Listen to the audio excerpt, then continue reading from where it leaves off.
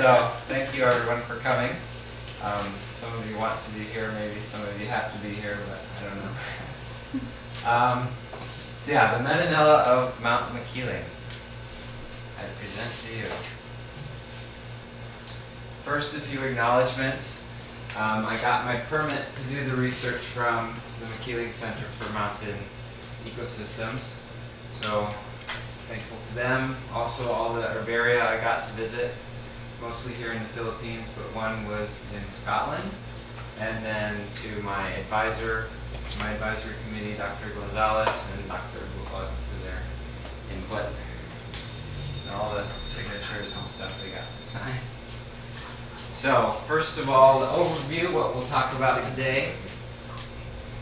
I'll introduce you to Medinilla, the genus, and then also the individual species that I found on the mountain.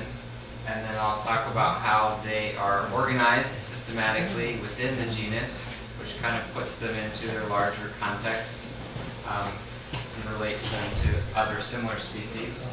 And then we'll talk a lot about the ecological aspects. So first, kind of who they are and where they fit, and then what they're doing there. So that is where they are on the mountain, the timing of events, so like seasonality, and then pollination, dispersal, and how they all coexist together.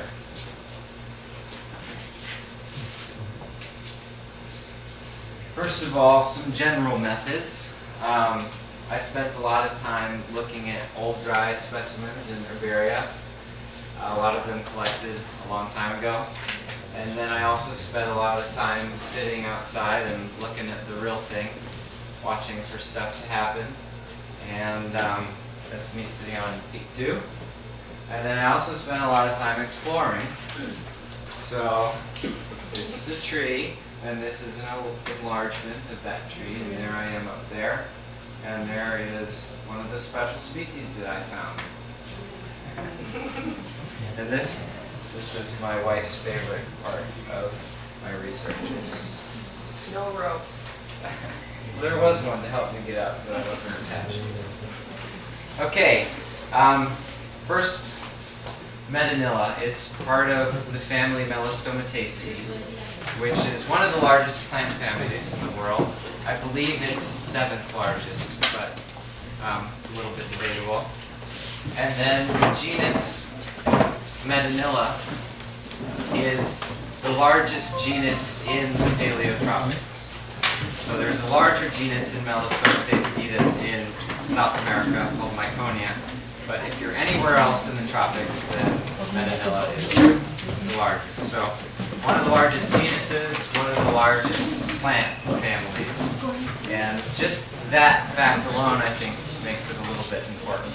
I found 11 species on Mount Makiling, so I'll go through them quickly, individually, and then we'll talk about some of what they're doing. So this one right here is probably the best known one, Medinilla magnifica. And it's also quite ornamental, so that's taken on Mount Makiling out in the forest there. I guess I should say first, here in the Philippines, the correct way to pronounce this genus is Medinilla, but if you're other places, a lot of people say Medinilla, and I'm just going to say Medinilla because I have to say it so often, and it's one syllable shorter. So, and then if you're Spanish, I guess you would say Medinilla.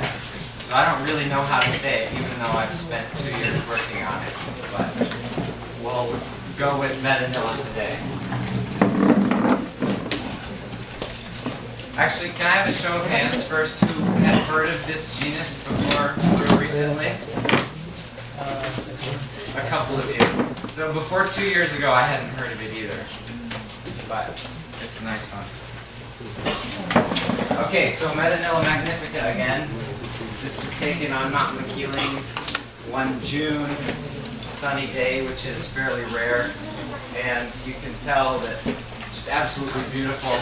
You would think that people had spent a lot of time breeding it to be nice and They're pretty in pink, but it's just naturally like that. And then there's a similar species. It's a little bit smaller. It lacks some of the pink showy bracts, but it's also quite commonly cultivated. That's Medinilla bonahensis. And this is a new record for Mount Makiling. So that was fun to find because the mountain has been quite well studied, even for over 100 years. So being able to find even one new beautiful thing was pretty special. But this particular picture is from Mount Banahao because it was a bigger, nicer picture. The ones on Makiling are not quite as healthy and they didn't bloom that much. Okay, some other nice ones, Medinilla miriantha. If you go to peak 2, you'll for sure see this. It's the most common one up there. And then there's Medinilla pendula. It has smaller flowers, whiter flowers, and leaves that are in whorls, often of 5. Next one, Medinilla asteroidus. This one was not so well known before I got to study it, but it's common in some places on Mount Makiling. Not very often cultivated, but it's pretty too. Here's 3 more species. You'll notice that all the flowers look quite similar. If you actually look at the plant, they're pretty different. And the flowers are different sizes. They have different petal numbers and that, but they're all related to, as you can see. So Medinilla miritii, last collected from Makiling in 1917. So the fact that I was able to find it was pretty exciting. And then Medinilla radicans, also last collected in 1917. And then Medinilla quadrifolia, never collected on Mount Makiling. It gets a little complicated because this name, quadrifolia, is recorded from Mount Makiling, but it's referring to this species, Medinilla radicans, which was formerly Medinilla triana, which was also called Medinilla humida. And as you can see, there's a lot of name changes and complications with every species in this genus because they're not very well known. And then the second one, even though it's already recorded from there, this actual species, the real Medinilla quadrifolia, was never in the specimens, so that's a new record. And Medinilla radicans is actually a new record for the whole country. So not a new record for the mountain, but a new record for the country, if that makes any sense. Okay, next species, Medinilla grippiformis. It's a real small one, common in the mossy forest. It has nice red berries, little leaves, and little pointy flowers. Medinilla venosa, this is more common, lower elevation. On this side of the mountain, it's actually quite rare. I only found 2 little clumps of them, and one of them got destroyed by the road that they're building. So now there's only 1 clump that I can find. On the back side of the mountain, it's a lot more common, and that's probably because the forest is younger there, and there's more. So it's sad that it's not so common on this side of the mountain as before, but it might indicate that the forest is maturing, because this is found more often in young forests. So I can choose what you want to interpret it as. And then there's Ternifolia. It's a vine. It has nice little red bracts that get redder as the fruit matures. So that's the 11 species that are there. And then this is how they organize into the larger genus. So most of these, so here's the genus Medinilla, and then within Medinilla there's these sections. Most of them were described previously. So section Sarcopicuntia was described by Bloom himself, and that one splits nicely into 2 alliances. So they're not officially sections, but they're still nice groups. And then on Mount Makiling, there's 2 species within both of those alliances.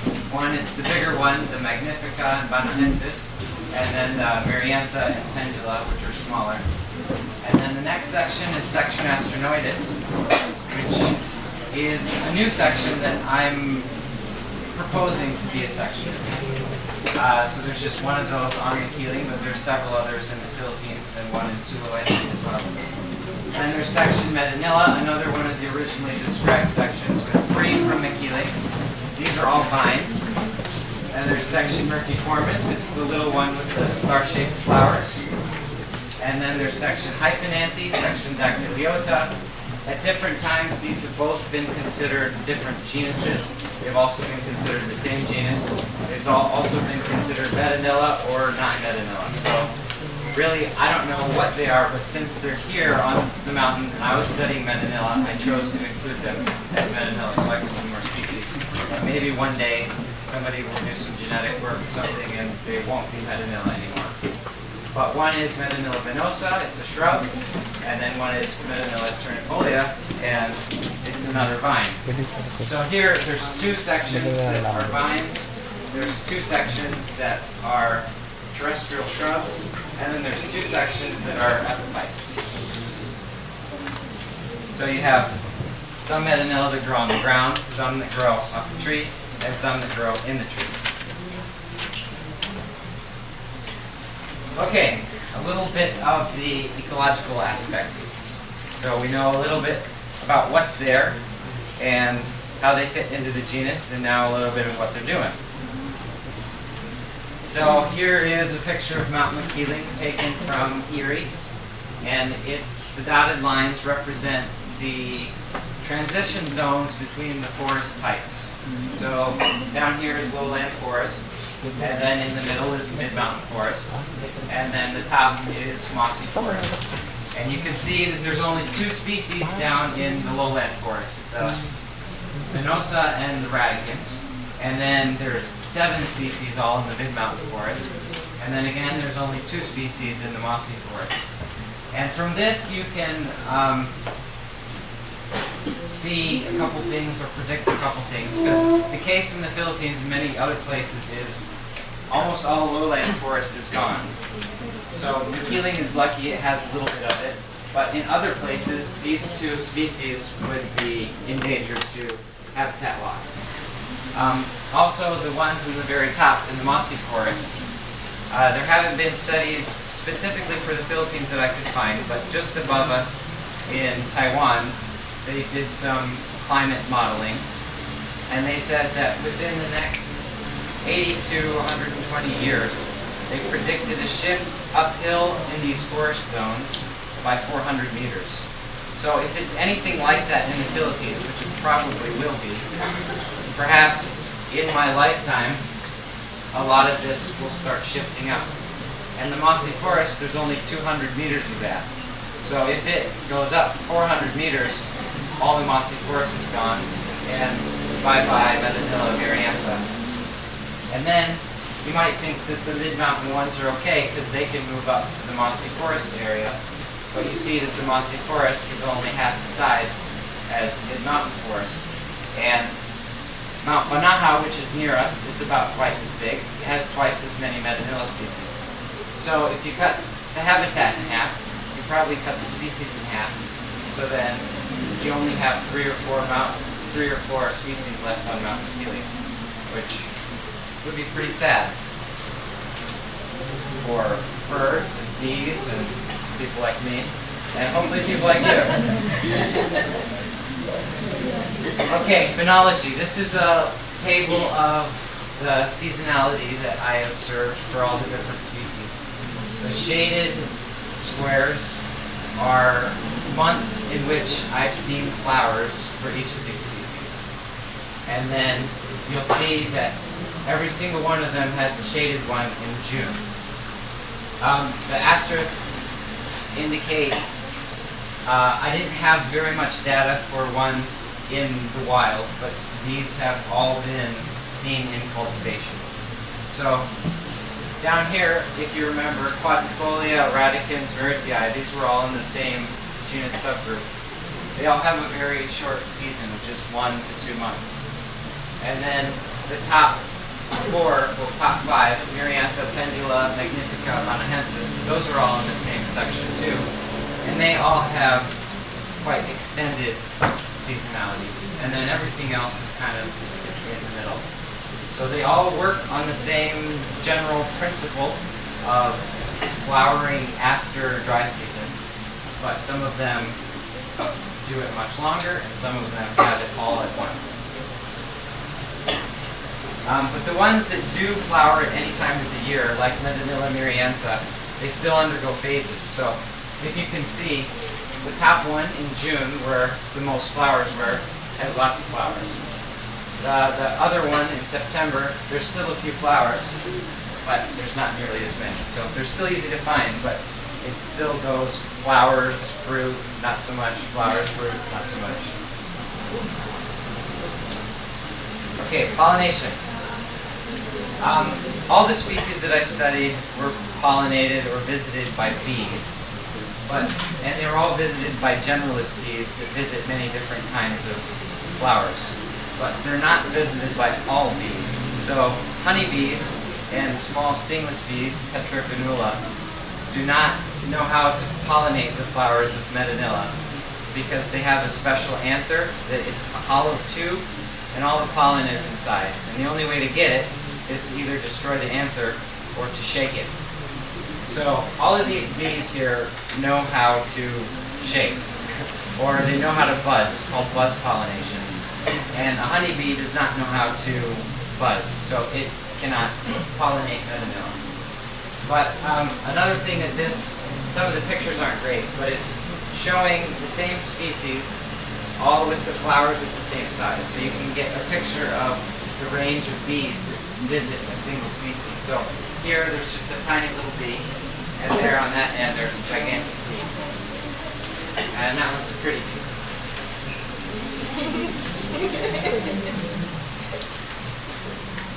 Okay, so even though a lot of the species are visited by a lot of the same bees, they're not using the bees the exact same way. So here I've placed all the species on Makiling, and it also describes all the other Medinilla in the Philippines too. They fit well into 4 different flower types. So the one, it has anthers in 2 separate groups. There's a group on top that you can see. They're smaller, they're a little bit more colorful, and they're called feeder anthers. So bees come to that and they collect the pollen from there because they eat the pollen and they feed it to their larvae. But then there's some sneaky anthers down at the bottom that also get vibrated when it's collecting from the top. And those dust the back of the bee, and then it gets transferred to the stigma on another flower. So that's one flower type. The next flower type has all of the anthers above the stigma. The next flower type is reverse, so all of the anthers are below the stigma. And the next flower type has all of the anthers around the stigma. And the important thing here is that the placement of the stigma in relation to the anthers, it contacts the bee in a different location. So here, C is E. And if you looked at this picture a little closer, I don't know if you can tell, the arrow is pointing to the stigma, so it's contacting the head of the bee. And then the middle one is contacting the middle of the bee. That's D and F. And then G, right there, is contacting the leg of the bee. It's hooked around it. So bees, once they've vibrated the flowers, they get dusted with pollen and it gets caught in their hair.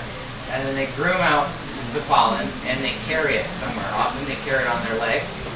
So here it's contacting the exact point on the leg where all the pollen is. A little bit more about bees while I'm on that topic. I also observed them for how abundant they were at one time of day. So here you can see in the morning they're most abundant, and it kind of drops as the day goes on. And that makes sense because the early bees get the pollen, and then after that, it's empty. It's not like a plant that produces nectar and can keep producing. So once the pollen is gone, there isn't much use in coming back to the flower. All flowers open early in the morning, but not all flowers close late in the afternoon. Some of them close early in the afternoon, probably because they don't need to be open anymore. All their pollen is gone. Another interesting thing I looked at for a while was, so this graph shows all the bees in relation to size. So the ones on this species 1 is the very smallest one, and it was the most abundant. Then it goes all the way down by size to the carpenter bee, Xylocopa, which is the massive bee, and there are hardly any of those. So you might think that they're not very important for pollination, but if you look at what they're actually doing, the smallest bee spends a lot of time, even on just a single anther, buzzing it and buzzing it and buzzing it and trying to get out all the pollen because it's not very strong. So it will spend several minutes on one flower. But the carpenter bee, it's really big, it's really strong, so it can buzz for less than a second on one flower, and then just go flower to flower to flower to flower, while the other one is just still on one anther. So even though there aren't quite as many of them, they may be more important for pollination services. Okay, on to dispersal. Most of the Medinilla species that people are familiar with are fancy and they have nice colorful berries. And that indicates bird dispersal because birds are very visual. They fly around, they have to see, they don't smell very well. So if you see a nice soft little berry that's colorful, it probably is attractive to birds. So if you search on the internet for flower peckers, pictures of Medinilla will show up with them, which is nice documentation. And then there's another small bird, kind of like a flower pecker. It's called a white eye. It's also attracted to Medinilla. They're more omnivorous. They eat a lot of insects too, but their range is pretty much the same as Medinilla.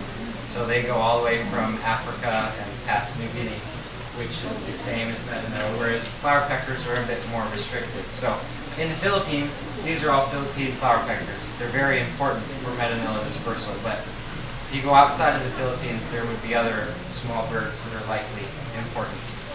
So this confirmed one of the theories that people thought about Medinilla, that they were bird dispersed. But as I showed you, there's many species, and a lot of them are very different. So some of them have different dispersers too. So I wasn't sitting up in a tree for this whole time. I had a little camera that could sit up there for me. And it took a picture of a monkey, took a picture of a little parrot, took a picture of a flower pecker. So those were all in the daytime. So a variety of things, birds, mammals came by in the daytime. And then at nighttime there was a civet cat, which liked to come by about every other night. And here it's smelling a berry. I tried smelling berries too, and I couldn't tell any difference between the ripe ones and the non-ripe ones. But obviously it could. But sometimes if berries smell, it means they're attractive to bats, because bats fly around and they have a very good sense of smell, unlike birds. So they can be attractive to smelly fruit. And one species of Medinilla did have a nice fruit odor, and its fruit was not colorful like the ones that are dispersed by birds. So that is pretty strong evidence for bat dispersal. The last picture here, this thing is a giant grasshopper. So at nighttime they would come out and they would eat the berries for hours. Sometimes they'd come back to the same berry night after night and slowly eat it. They might just be destroying the seeds. The seeds are very small though, and they're pretty hard. So it's possible that it ingests it without chewing it, and it's a disperser.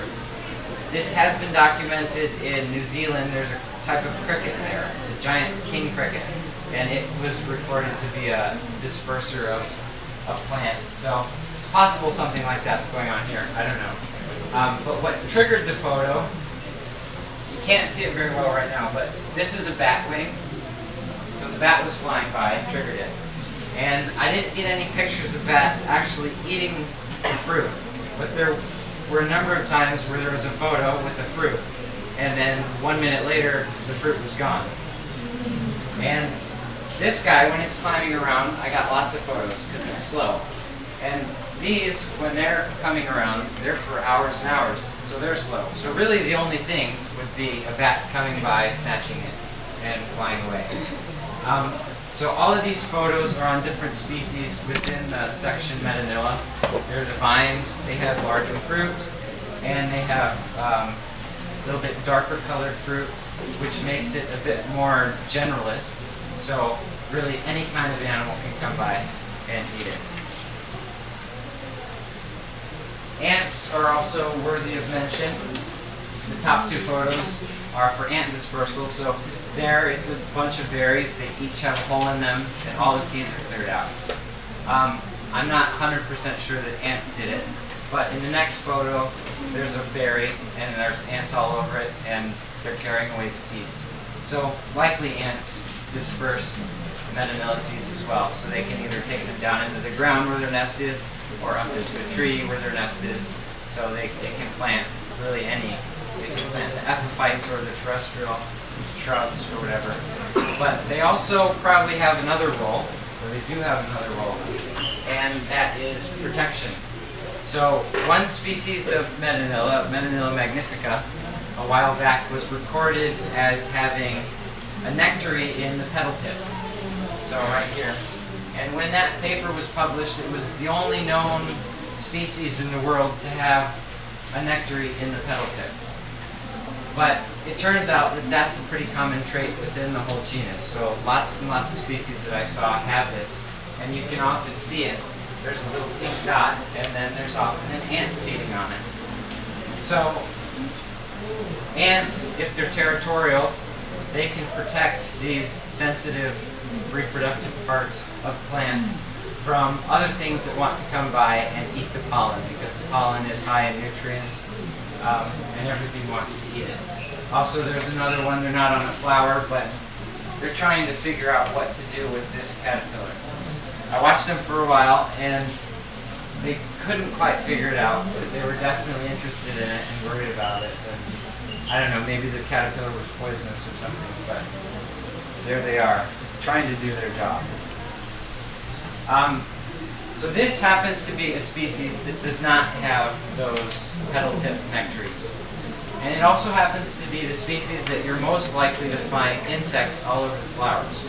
So if any of you like insects and you want to collect beetles, you can go to Peak 2, and Medinilla muriantha always has beetles all over it, and a lot of them are pretty. So here's lots of different kinds all over there. And you also don't see ants on these flowers. So no ants, lots of beetles. Maybe that's a reason. Then there's another, it's a white spider, crab spider maybe, or a flower spider, but they like to live in there too and wait for things like flies to come by and grab them.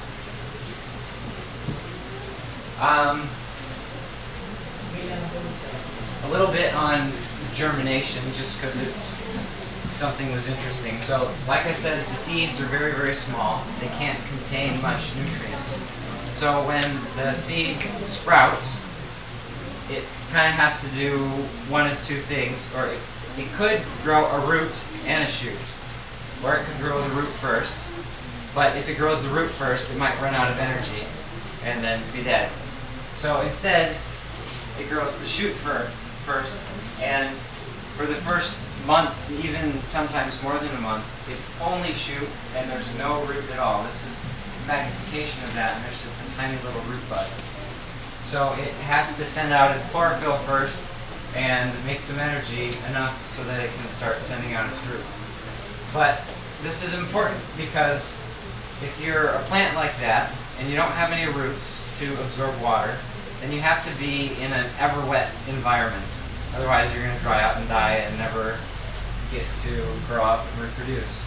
So this may be one of the reasons why Medinilla are pretty much only found higher in mountains, because mountains are a lot wetter.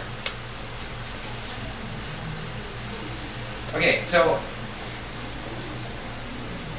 we've looked at the species on Mount Makiling, we've looked at a lot of what they do, and then I wanted some way to quantify how they coexist, because the theory is that if you have two things that have the exact same niche, So if you have two similar plants, like two plants in the same genus, and they're doing the same thing, then one of them is probably going to be stronger than the other, and it's going to outcompete the other, and then there's just going to be one plant. But if you have a bunch of plants and they all have different niches, then they can all fit together, and then you can have coexisting diversity. So that's one of the theories for biodiversity, and I wanted to test that some way. So I found Pianka's niche overlap index, which was developed more for animals, measuring resource overlap, but it also works for plants if you have some way of measuring their resources. And with plants, all their resources come from where they are. So if there's a plant here, it gets the sun that shines here, and it gets the nutrients that come from the soil here.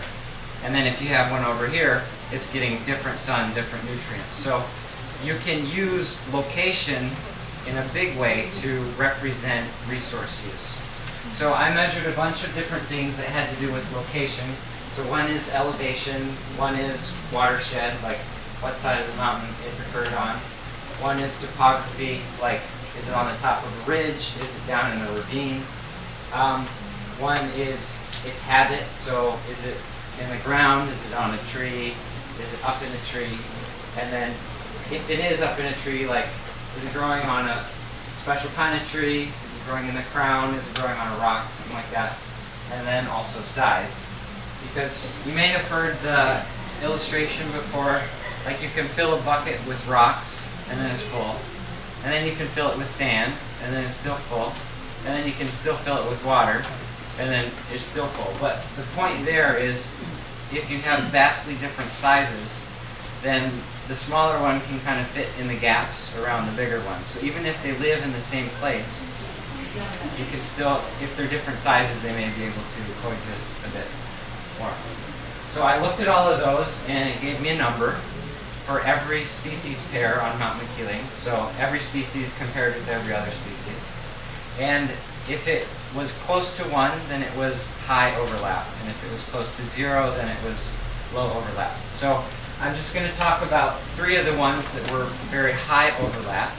And then based on some of the other things that we already talked about, like dispersers and pollinators and the subgenus groups, we're going to see that they're actually not that similar and that they still support that biodiversity theory. So Medinilla myrtiformis, Medinilla magnifica, Medinilla miriantha were all most similar with each other. So pretty high numbers, 0.88, 0.95, 0.81. But like I said, this one is a very small plant, like might be like that. Medinilla magnifica can be quite big, maybe 4 meters tall, 4 meters wide. So this one literally could be an epiphyte on this one.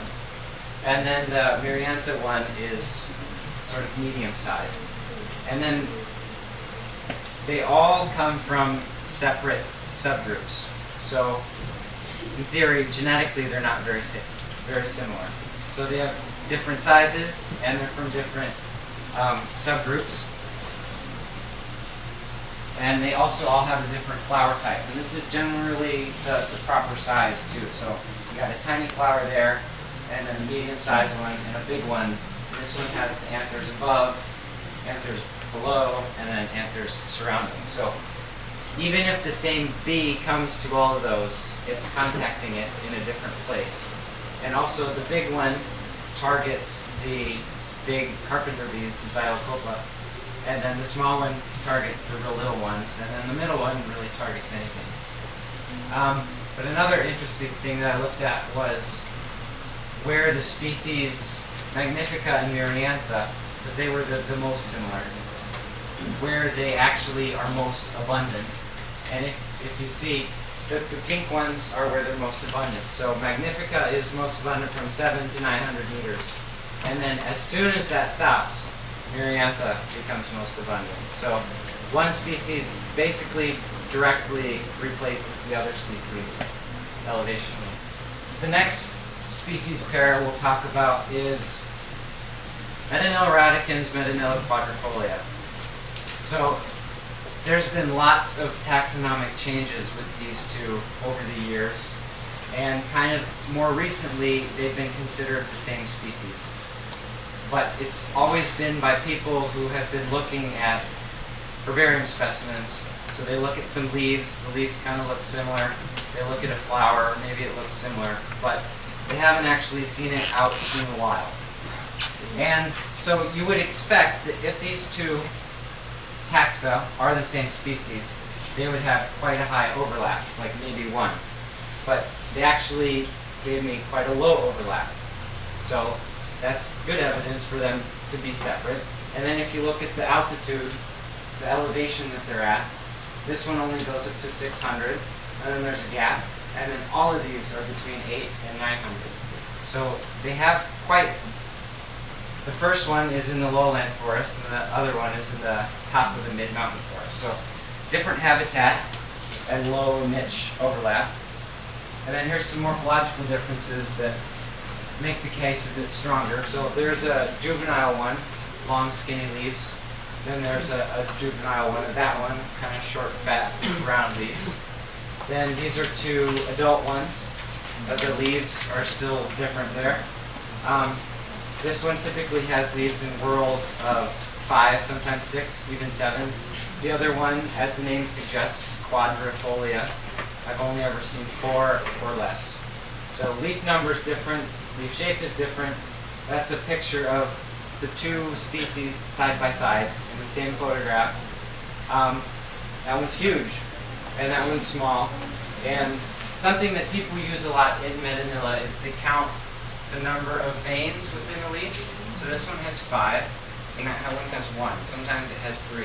But so the leaves, I mean, anyone could recognize that that's just pretty different.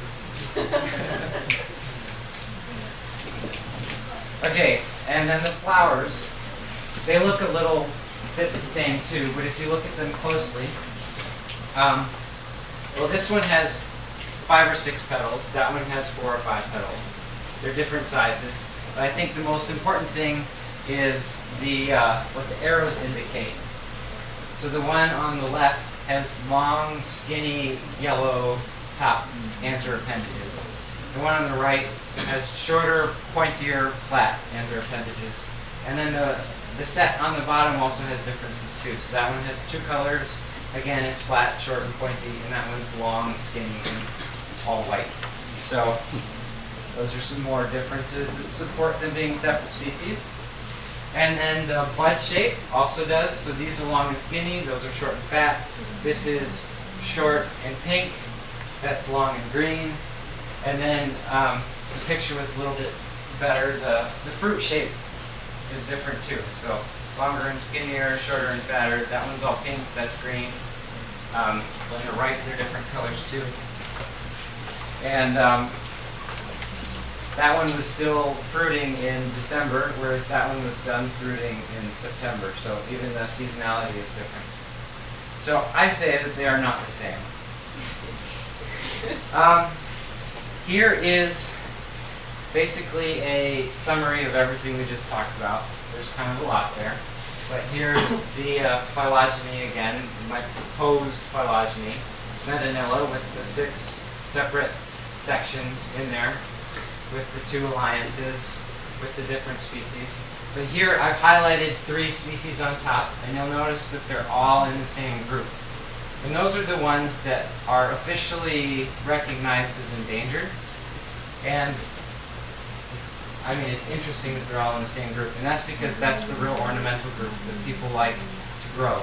So they're more vulnerable to being collected in the wild and over-collected in the wild. Some of them also have asterisks. There's more than 50% of them have that, and that indicates a Philippine endemic species. And then the ones that are underlined are the new records for Mount Makiling. So even though it's been studied for over, I don't really know how to use that, but even though it's been studied for over 100 years, you can still get out there and find new stuff, probably in anything that you research. So that's really fun. And then here on this side, I've summarized all the ecological data. So I'll just kind of point out one group. The section Medinilla has the 3 species in it. And you see they all have the short seasonality. They all have the mixed dispersal syndrome that can have like mammals and birds, maybe grasshoppers. And then they all have the same flower type. And they're all vines. And then they're all lower altitude species. So that group, not only morphologically, but in every way, really fits into a nice group. So it's kind of nice to see.